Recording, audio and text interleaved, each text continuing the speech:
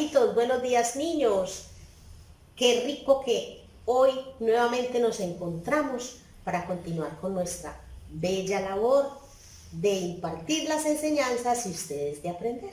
Eso está maravilloso y comenzando en el nombre del Señor este día, vamos a compartir con ustedes una linda reflexión. Es un cuento, se llama El elefante encadenado. Escuchen lo que esta historia nos trae y lo que nos pone a pensar. Cuando yo era chico, me encantaban los circos y lo que más me gustaba de los circos eran los animales. También a mí, como a otros, después me enteré que me llamaba mucho la atención el elefante. Durante la función, la enorme bestia hacía despliegue de su tamaño, peso y fuerza descomunal. Pero después de su actuación y hasta un rato antes de volver al escenario, el elefante quedaba sujeto a una pequeña estaca clavada en el suelo. Sin embargo, la estaca era solo un minúsculo pedazo de madera apenas enterrada por unos centímetros a la tierra. Y aunque la cadena era gruesa y poderosa, me pareció obvio que ese animal era capaz de arrancar esta estaca. Por su propia fuerza, podría con facilidad huir. El misterio es evidente. ¿Qué lo mantiene entonces? ¿Por qué no huye? Cuando tenía 5 o 6 años, yo, todavía en la sabiduría de los grandes, pregunté entonces a algún maestro. Ellos me respondieron, me explicaron que el elefante no se escapaba porque estaba amaestrado. Hice entonces la pregunta obvia, si está amaestrado, ¿por qué lo encadenan? No recuerdo haber recibido ninguna respuesta y con el tiempo me olvidé del misterio del elefante y la estaca. Y solo recordaba cuando pasaba por el circo o cuando algún circo llegaba a la ciudad. Siempre me hice la misma pregunta. Hace algunos años descubrí que por suerte para mí alguien había sido lo bastante sabio como para encontrar la respuesta. El elefante del circo no se escapa porque ha estado atado a una estaca parecida desde muy pequeño.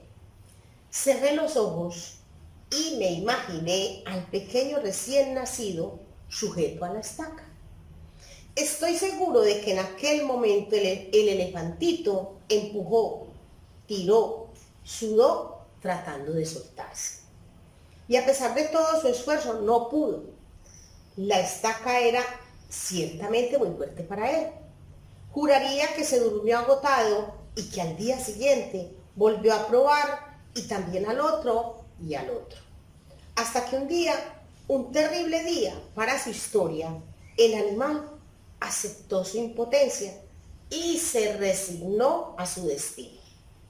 Este elefante enorme y poderoso que vemos en el circo no se escapa porque cree el pobre que no puede. Él tiene registros mentales y recuerda de su impotencia, de aquella impotencia que sintió poco después de nacer. Y lo peor es que jamás se ha vuelto a cuestionar seriamente ese registro. Jamás intentó poner a prueba su fuerza otra vez. Escrito por Jorge Bucay. Este cuento es muy interesante y nos invita a no desfallecer, a luchar por nuestros sueños, a no acostumbrarnos a una vida rutinaria, a tener algo nuevo en nuestra vida, a intentarlo todo, a vencer obstáculos y a no quedarnos encadenados para toda la vida. Espero que les haya gustado. Vamos a continuar con la clase en el día de hoy. El tema de la semana es la entonación y la pronunciación. Vamos a empezar con la entonación. ¿Qué es la entonación? Es la vibración con que yo pronuncio una palabra. A través de las cuerdas vocales yo puedo darle un matiz a las palabras, a la pronunciación, logrando con ello que se identifique si es una pregunta, si es una admiración, si es una orden, todo de acuerdo a como yo pronuncie la palabra. Entonces, la entonación es la vibración de la voz frente a las sílabas de las palabras.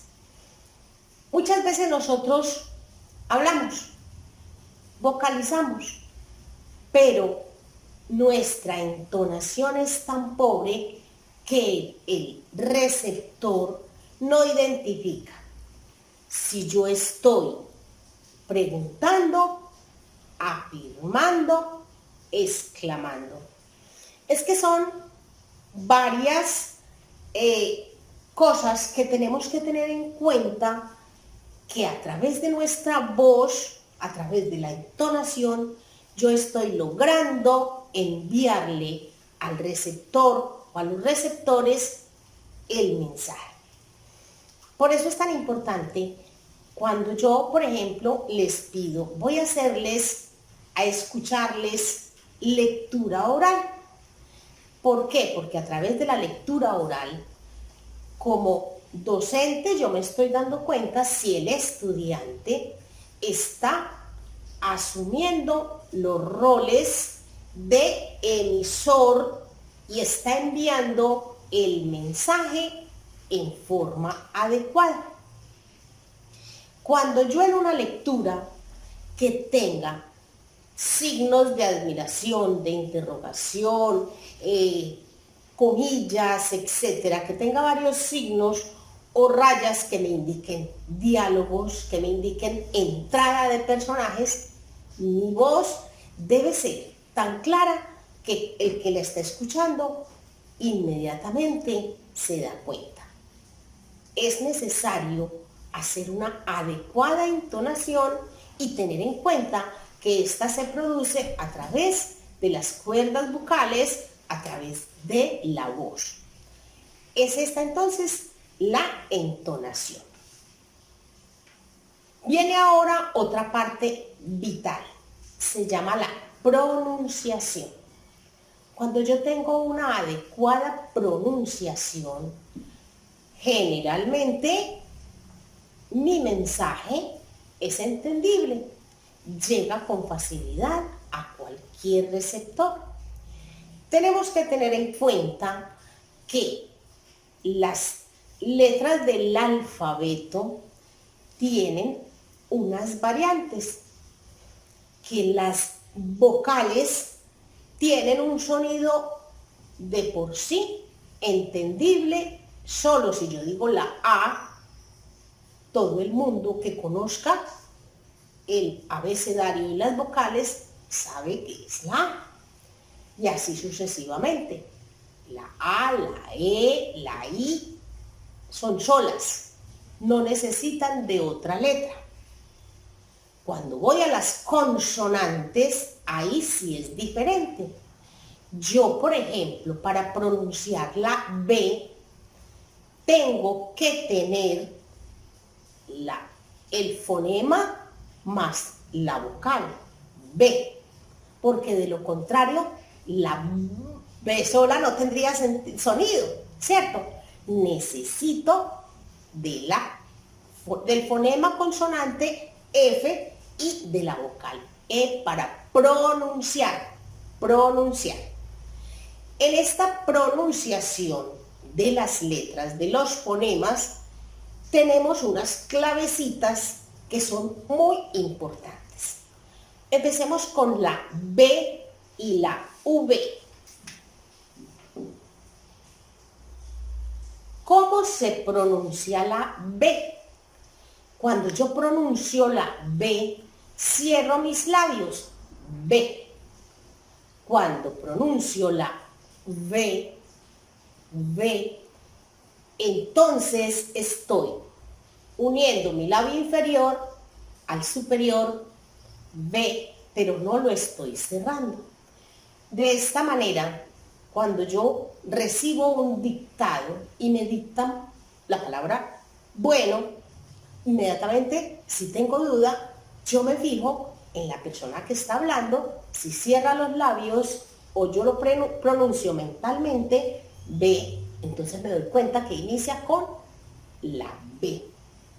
Cuando la persona expresa valores, vaca, me fijo en su boca y me doy cuenta que está haciendo uso de la V. Tenemos, por ejemplo, otras dos letras que tienen aparentemente un sonido igual y es la L y la Y.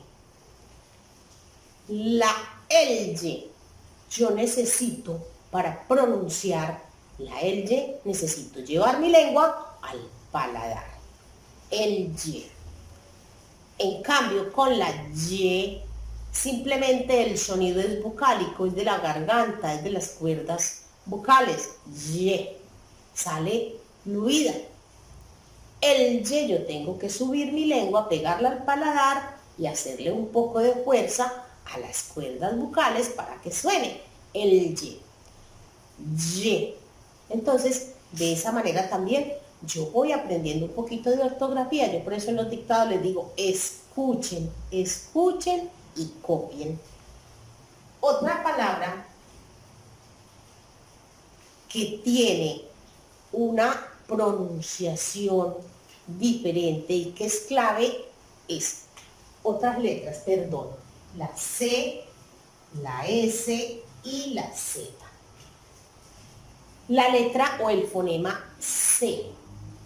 La C sale de mi garganta, no tengo que hacer movimientos ni con la lengua ni con los dientes. C. Cuando yo voy a pronunciar la S, necesito utilizar dos vocales más el fonema y por eso me doy cuenta, porque se demora un poquito más la pronunciación, S, S. Entonces estoy utilizando tres letras para pronunciarla. Y cuando digo Z, Z, mire que también tengo que llevar la lengua al paladar, Z, y por eso en los españoles son perfectos, la pronunciación en los españoles de la Z es exclusiva. Entonces ahí me doy cuenta que si yo identifico estas diferencias, estoy mejorando mucho la ortografía. Y así sucesivamente.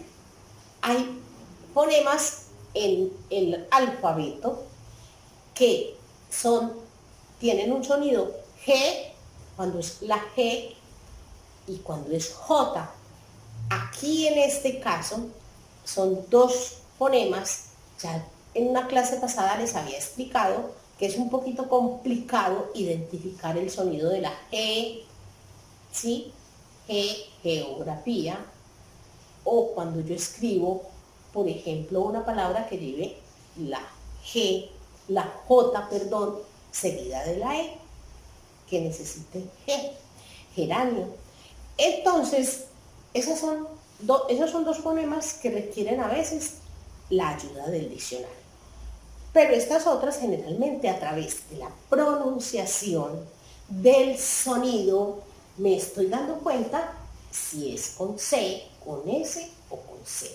Bueno, mis muchachos, hemos terminado la clase de hoy. Espero que sea productiva y que se animen a hacer las evidencias y enviármelas como siempre lo están haciendo. Continuando entonces con la ortografía, esta semana no les traigo un fonema o una letra o un sonido o un signo de puntuación específico. El trabajo que vamos a hacer esta semana va a ser retomar algunas y hacer un pequeño repaso ortográfico para que los conceptos los vamos teniendo fresquitos, no se nos olviden algunas reglitas y podamos trabajar repaso ortográfico. Bueno, mis amores, hemos terminado entonces el trabajo de la semana. Que tengan una semana muy bonita, muy feliz y muy tranquila. Los quiero mucho.